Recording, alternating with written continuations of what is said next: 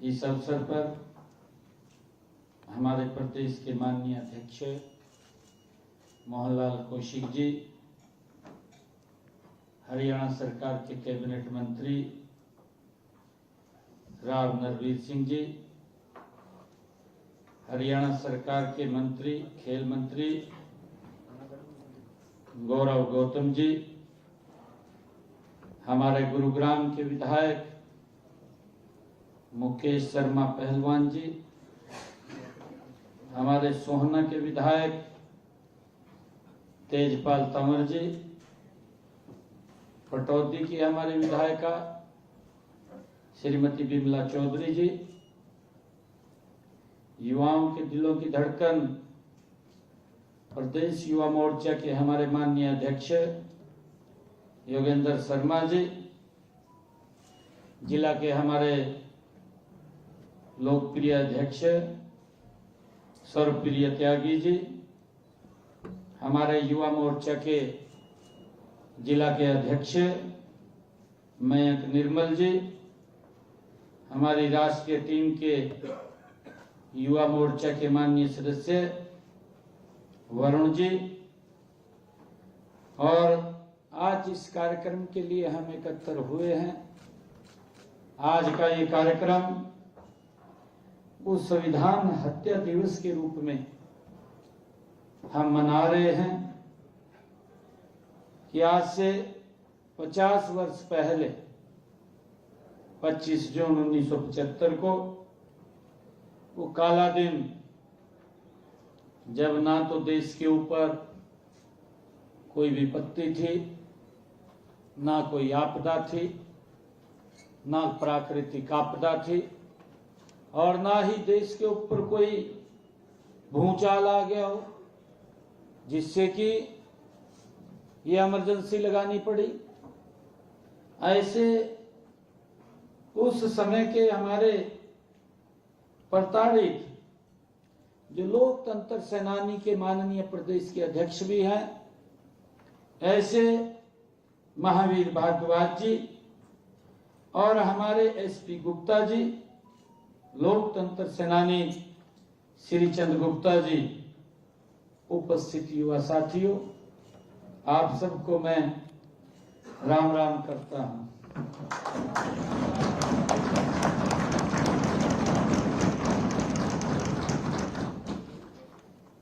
ये गुरु द्रोण की नगरी गुरुग्राम, और इस पवित्र धरती पर भविष्य के भारत की तस्वीर गढ़ने वाले आप सभी नौजवान के बीच में आकर के मैं एक विशेष ऊर्जा और उत्साह से मैं भर रहा हूं। यह मिलेनियम सिटी गुरुग्राम भारत की आकांक्षाओं, नवाचार और कैन डू स्पिरिट पर ये प्रतीक है। मैं इसके लिए आप सबको बहुत बहुत साधुवाद देता हूं, क्योंकि आज उस इमरजेंसी के काले अध्याय को हम मॉक पार्लियामेंट के माध्यम से उसके ऊपर चर्चा करने वाले हैं। और वो चर्चा चाहे विपक्ष हो पक्ष हो, चर्चा सार्थक हो और देश के लोगों को इसके माध्यम से वो बात भी जानी चाहिए, पता भी लगना चाहिए। और जब हम उस आपातकाल के 50 वर्ष पूरे हुए हैं, 50 वर्ष बीत गए हैं, तो वो काला अध्याय ऐसा है कि जब हम उसे याद करते हैं तो हमारे शरीर के रोंगटे खड़े हो जाते हैं।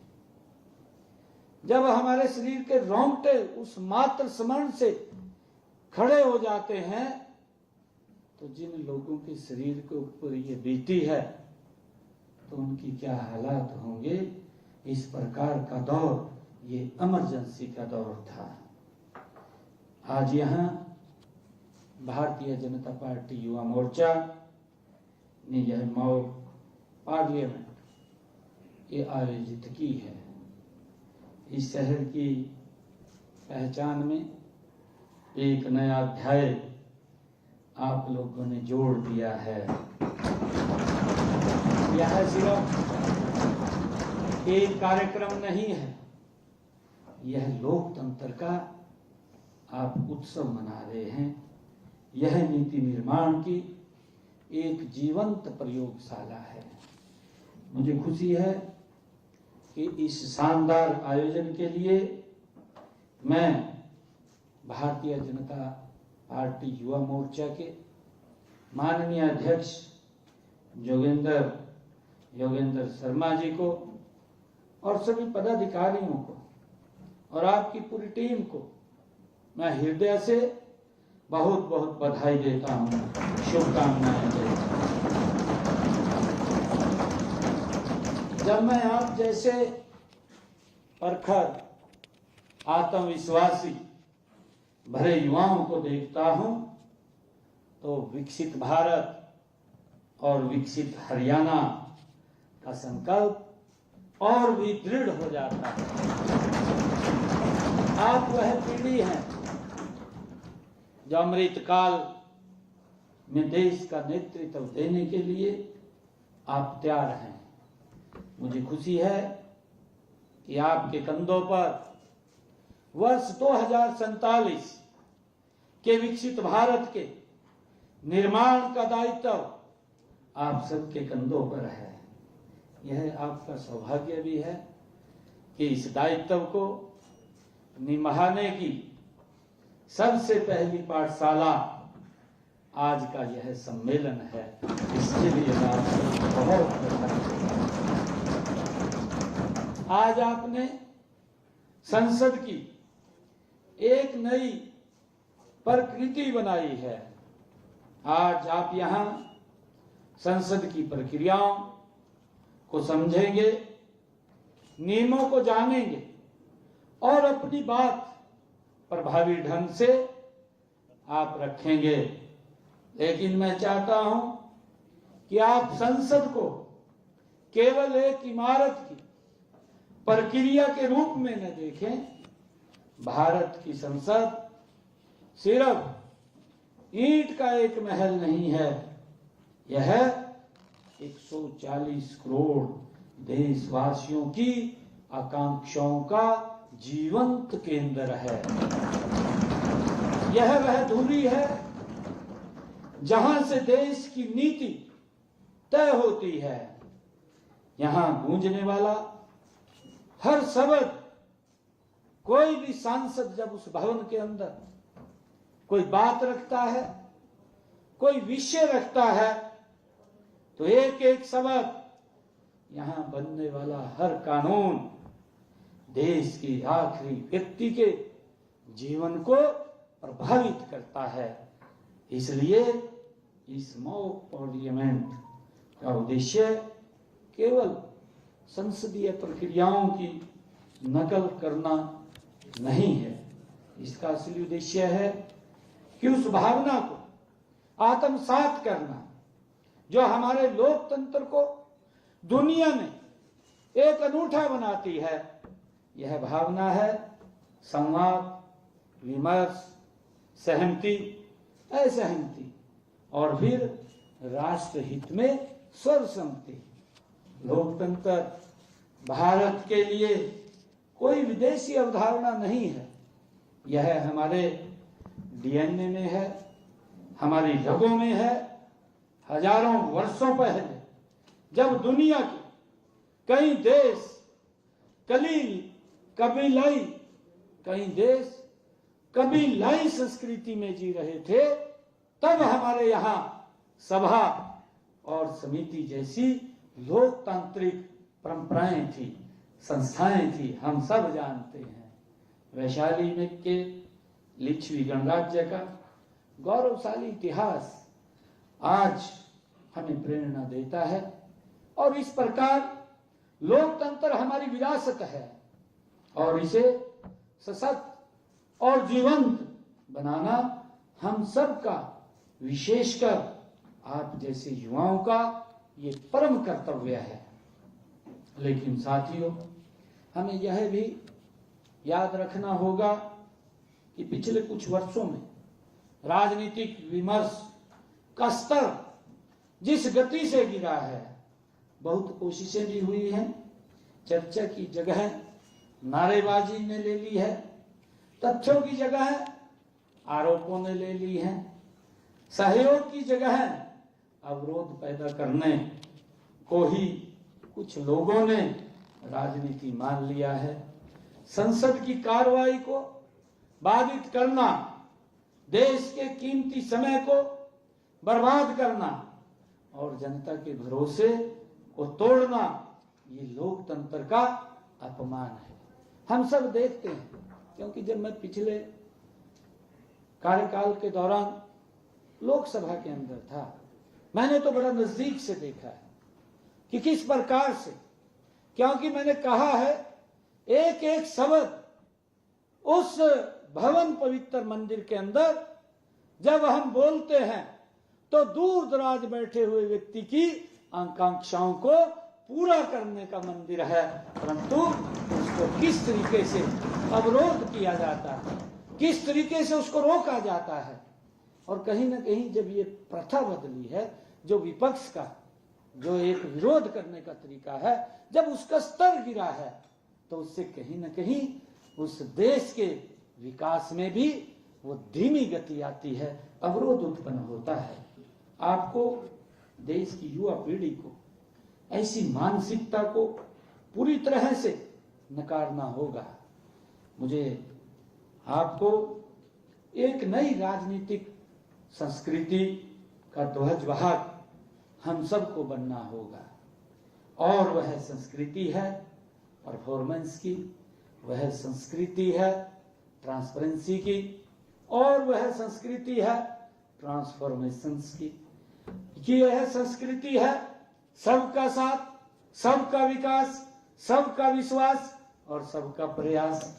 मुझे खुशी है कि आज की इस मॉक पार्लियामेंट में मैं आप सबसे आग्रह भी करूंगा कि आप किसी भी विषय पर बोलें तो गहरे अध्ययन के साथ आप उसके ऊपर विचार रखिए, तथ्यों और आंकड़ों के साथ अपनी बात को रखिए।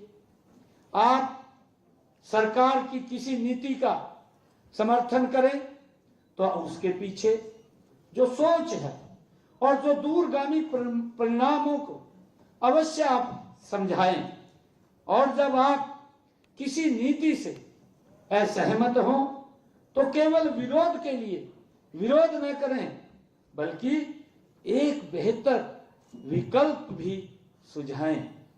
यही रचनात्मक लोकतंत्र की असली ताकत है। याद रखिए कि लोकतंत्र में विरोध का स्थान है। हम लोकतंत्र में, क्योंकि हमारा ये पवित्र लोकतंत्र है और इसकी यही खूबसूरती है, जब पक्ष और विपक्ष आमने सामने बैठता है तो इस पवित्र लोकतंत्र में विरोध वाजिब है। विरोध कर सकते हैं परंतु अवरोध नहीं कर सकते, उसको रोक नहीं सकते। अविरोध करिए, और ये हमारे इस लोकतंत्र की खूबसूरती है। आज मुझे खुशी है कि देश के यशस्वी प्रधानमंत्री नरेंद्र मोदी जी के कुशल नेतृत्व में भारत बदल चुका है। वह भारत नहीं है जो दुनिया मदद मांगता है। आज ये भारत दुनिया की समस्याओं के समाधान में योगदान देता है। आज वो भारत, यह वो भारत नहीं है जो रक्षा सौदों के लिए विदेशों पर निर्भर रहता था। आज का भारत डिफेंस कॉरिडोर बना रहा है, ब्रह्मोस मिसाइल निर्यात कर रहा है। आज वो भारत है। यह वह भारत नहीं है जहां भ्रष्टाचार, भाई भतीजावाद ने युवाओं के सपनों को दीमक की तरह चाट लिया था। आज भारत डिजिटल इंडिया है, आज भारत स्टार्टअप इंडिया है। युवाओं को अपने सपनों को पंख देने का अवसर भारत ये दे रहा है। मुझे खुशी है। पहले की सरकारों की ये सोच थी कि हम आपके लिए यह कर देंगे, वह कर देंगे। इस प्रकार की सोच ये सरकारों की थी।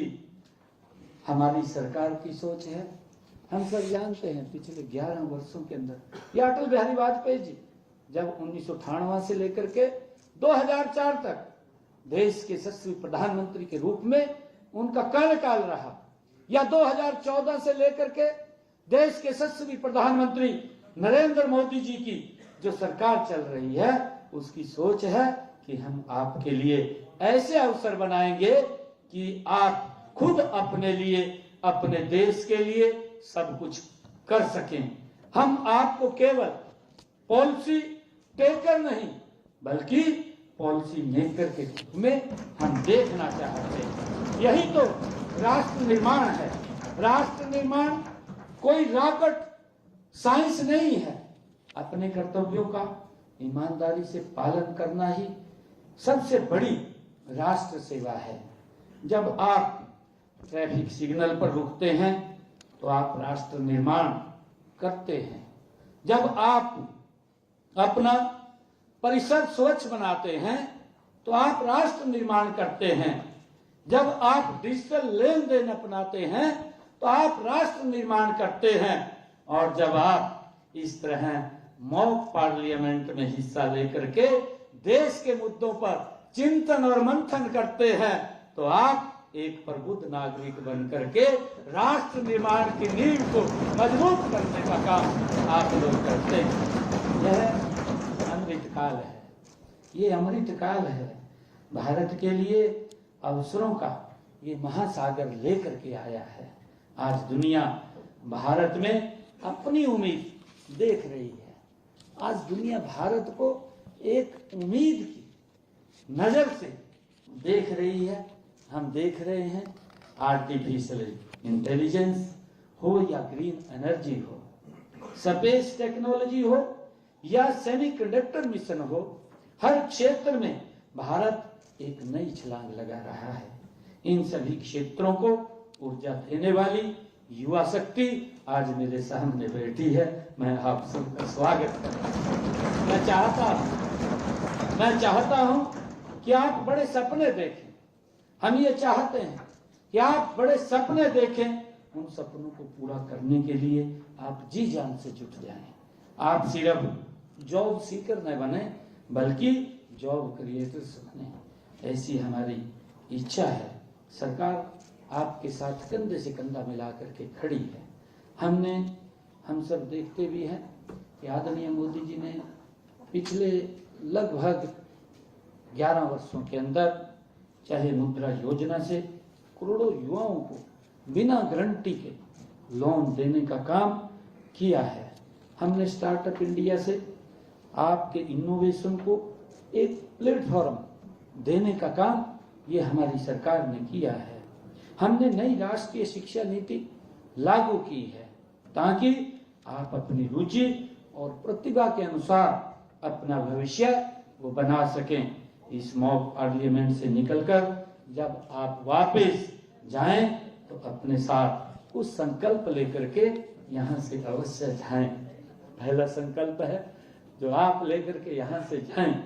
पहला संकल्प है कि आप देश के किसी भी ज्वलंत मुद्दे, चाहे वह पर्यावरण हो, जल संकट हो, उसका गहराई से अध्ययन करेंगे और अपने स्तर पर उसके समाधान के लिए आप लोग जागरूकता फैलाएंगे। दूसरा संकल्प है कि आप अपने जीवन में किसी भी प्रकार का शॉर्टकट को नहीं अपनाएंगे। तीसरा संकल्प है आप परिवारवाद और भ्रष्टाचार की नीति, राजनीति को हमेशा के लिए खारिज करेंगे और योग्यता तथा प्रदर्शन की राजनीति का आप समर्थन करेंगे। चौथा संकल्प है कि आप एक श्रेष्ठ भारत की भावना को और मजबूत करेंगे। ऐसी आप लोगों से अपेक्षा करता हूं। साथियों, यह मॉक पार्लियामेंट एक शुरुआत है। यहाँ आप जो सीखेंगे उसे अपने जीवन का आप हिस्सा बनाएंगे। लोकतंत्र की मर्यादाओं का पालन करना, विमर्श की शक्ति को पहचानना, राष्ट्रहित को सर्वोपरि रखना, यही आपके राजनीतिक और सामाजिक जीवन का ये मूल मंत्र होना चाहिए। आप युवा हैं, आपके पास ऊर्जा है, विचार है और भविष्य है। भविष्य को बदलने की आपके अंदर जज्बा है। उठिए, इस अमृत काल का आप नेतृत्व कीजिए। मैं ऐसी आप लोगों से अपील करता हूँ। वर्ष 2047 में जब भारत स्वतंत्रता का 100वां वर्ष मनाएगा तो दुनिया एक ऐसे विकसित भारत को देखेगी जिसका निर्माण आपके पसीने, आपके परिश्रम और आपके संकल्पों से ये हुआ होगा। मुझे खुशी है कि स्वर्ण भारत को के आप शिल्पकार आप होंगे, ऐसा मुझे विश्वास है।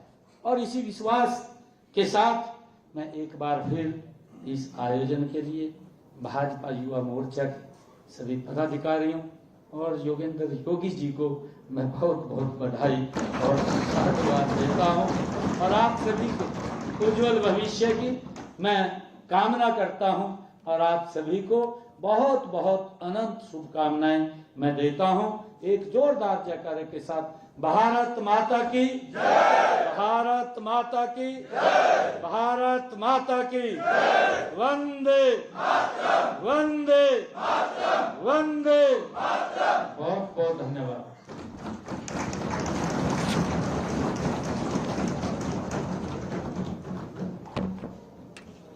बहुत बहुत धन्यवाद आदरणीय मुख्यमंत्री जी। तय किए हुए कार्यक्रम के अनुसार कार्यक्रम को आगे बढ़ाते हुए मैं मंचाना